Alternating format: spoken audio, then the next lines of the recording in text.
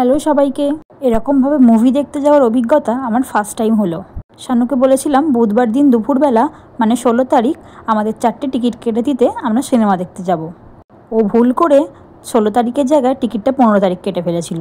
3:55 show ছিল আর 3:35-এ খেয়াল পড়েছে আমাদের টিকিটটা কালকের না, টিকিটটা আজকের কাটা হয়ে গেছে।